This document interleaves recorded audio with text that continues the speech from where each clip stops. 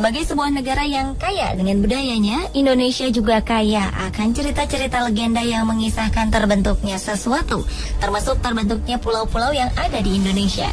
Berikut 7 legenda terbentuknya pulau-pulau yang ada di Indonesia, versi On The Spot.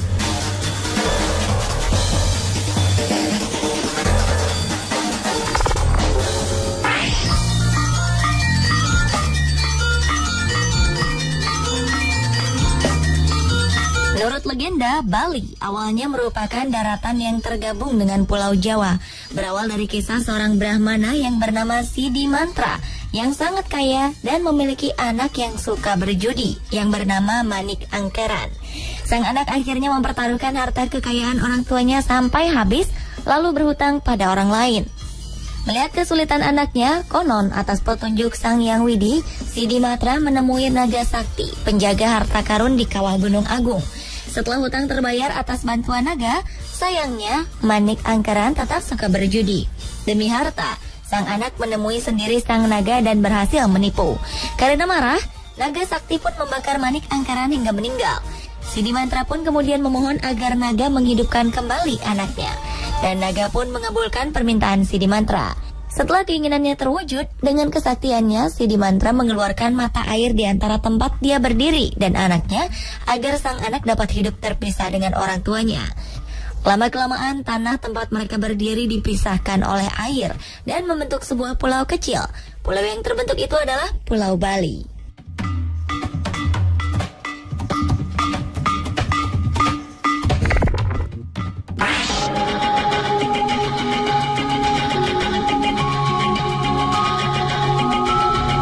Legenda terbentuknya Pulau Samosir berkaitan erat dengan terbentuknya Danau Toba. Konon, seorang pemuda bernama Toba menikahi seorang wanita yang tidak lain adalah jelmaan dari seekor ikan. Sebelum menikah, sang wanita meminta Toba untuk berjanji tidak akan mengungkit lagi dari mana ia berasal. Mereka kemudian dikaruniai seorang anak yang diberi nama Samosir. Suatu hari, Samosir diberi tugas oleh ibunya untuk membawa makan siang untuk sang ayah yang sedang bekerja di ladang. Namun di tengah jalan, karena lapar, Samosir memakan bekal yang seharusnya untuk ayahnya. Mengetahui hal itu, Toba marah dan mengatakan bahwa Samosir adalah anak ikan. Mendengar aduan anaknya, sang ibu lalu menyuruh Samosir pergi ke puncak gunung yang paling tinggi dan menangis sekerasnya. Tidak lama kemudian, hujan pun turun dan membanjiri daerah mereka. Sang ayah, Toba, yang sedang bekerja tidak dapat melarikan diri dan akhirnya tewas tenggelam. Sementara sang ibu kembali berubah menjadi seekor ikan. Sementara gunung tempat Samosir berlindung menjadi sebuah pulau di tengah danau. Pulau itu dinamakan Pulau Samosir, sedangkan danaunya dinamakan Danau Toba.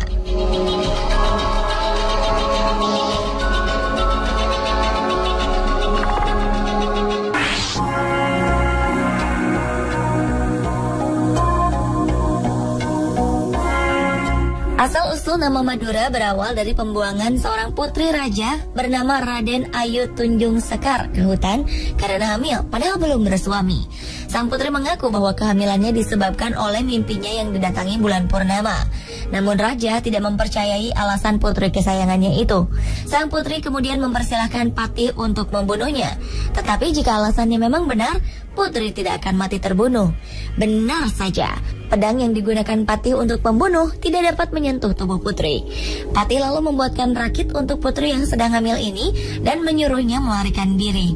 Ketika sedang berlayar saat bulan purnama muncul, sang putri melahirkan seorang bayi laki-laki dan diberi nama Raden Sagara. Sagara dalam bahasa Madura artinya laut.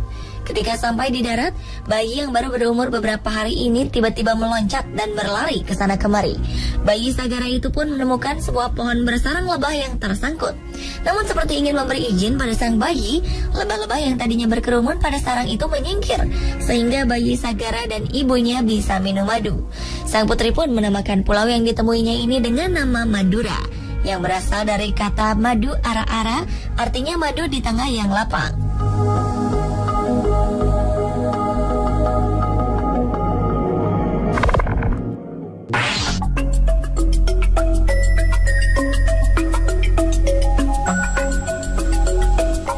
Cerita tentang terbentuknya Sebenarnya Pulau Kalimantan berawal dari dua dewa yang bersaing merebut hati manusia untuk menyembah mereka. Salah satu dewa, yaitu Dewa Wilayah Atas, membangun sebuah gunung yang terbuat dari emas. Melihat hal tersebut, Dewa Wilayah Bawah iri. Ia pun akhirnya membangun gunung yang lebih tinggi dari milik Dewa Wilayah Atas, namun dari bahan yang tersisa, yaitu batuan dan tanah. Konon, manusia lalu menertawakan gunung buatan Dewa Wilayah Bawah karena dianggap berbentuk jelek dan tidak seindah gunung emas buatan Dewa Wilayah Atas. Dewa Wilayah Bawah pun marah. Ia meremas bebatuan yang sedang dipegangnya. Tapi ajaib, bebatuan itu berubah menjadi batuan mulia seperti batu merah delima, zamrud, safir, dan permata. Dewa Wilayah Bawah akhirnya menggunakan batu-batu mulia ini untuk menutupi gunung yang sudah dibangunnya, dan rakyat pun beralih menyembah Dewa Wilayah Bawah. Pertempuran antara sesama dewa pun kemudian tidak terelakkan. Lama-kelamaan kedua gunung meledak bersamaan dan mengeluarkan bebatuan indah yang tersebar ke seluruh wilayah. Kedua gunung pun mengeluarkan lahar panas yang akhirnya mengalir ke laut dan membentuk sebuah pulau. Pulau itu adalah Pulau Kalimantan. Konon katanya bebatuan mulia yang berasal dari pertempuran kedua dewa tertanam di dasar Pulau Kalimantan dan akan digali oleh 1000 generasi di masa depan.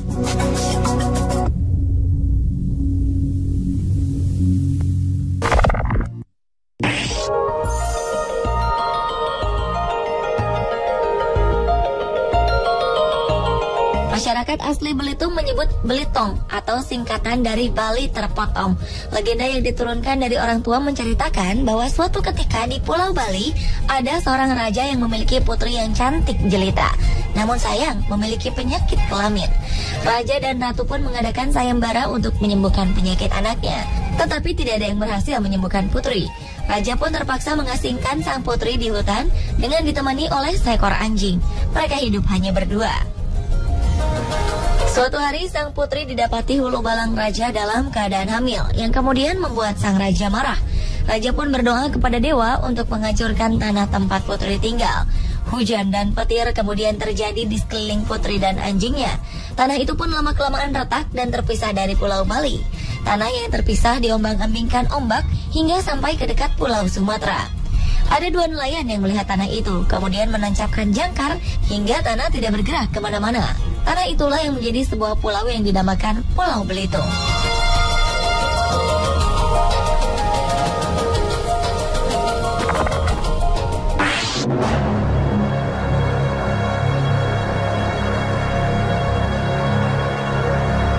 Pulau W merupakan pulau paling ujung Sumatera, salah satu pulau terluar di Indonesia. Pulau ini termasuk dalam wilayah daerah istimewa Aceh. Menurut legenda, pulau ini awalnya menyatu dengan Pulau Sumatera. Namun suatu hari terjadi gempa bumi dan hujan yang turun berhari-hari. Daratan paling ujung Sumatera akhirnya patah dan membentuk sebuah pulau yang tandus dan gersang. Lalu ada seorang putri jelita yang meminta pada Tuhan agar pulau tidak gersang sehingga penduduknya bisa hidup dari tanah itu. Putri pun membuang semua perhiasannya ke laut sebagai sesajen untuk doanya itu. Tuhan mendengar doanya. Hujan kembali turun dengan derasnya. Karena hujan deras itu terbentuklah sebuah danau di tengah Pulau W yang dinamakan Anek Laut. Putri itu sendiri akhirnya terjun ke dasar laut dan menjadi Pulau Rubiah yang letaknya berdekatan dengan Pulau W. Sementara perhiasan-perhiasan yang dibuang sang putri berubah menjadi terumbu karang yang indah yang mengelilingi Pulau W.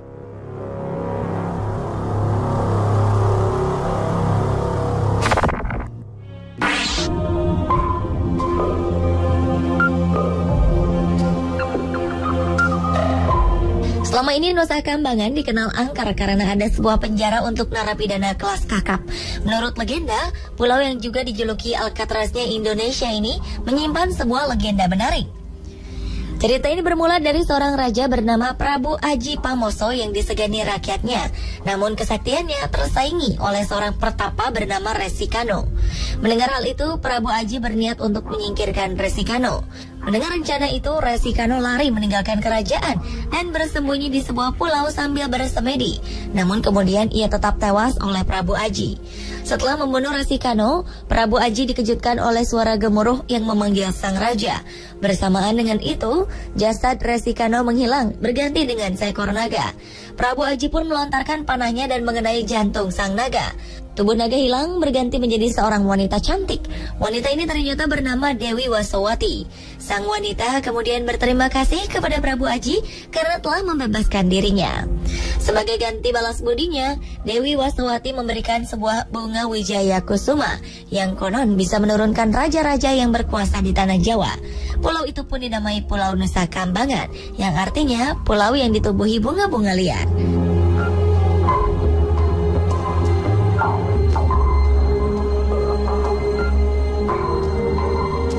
Pemirsa, itulah 7 legenda pulau-pulau di Indonesia.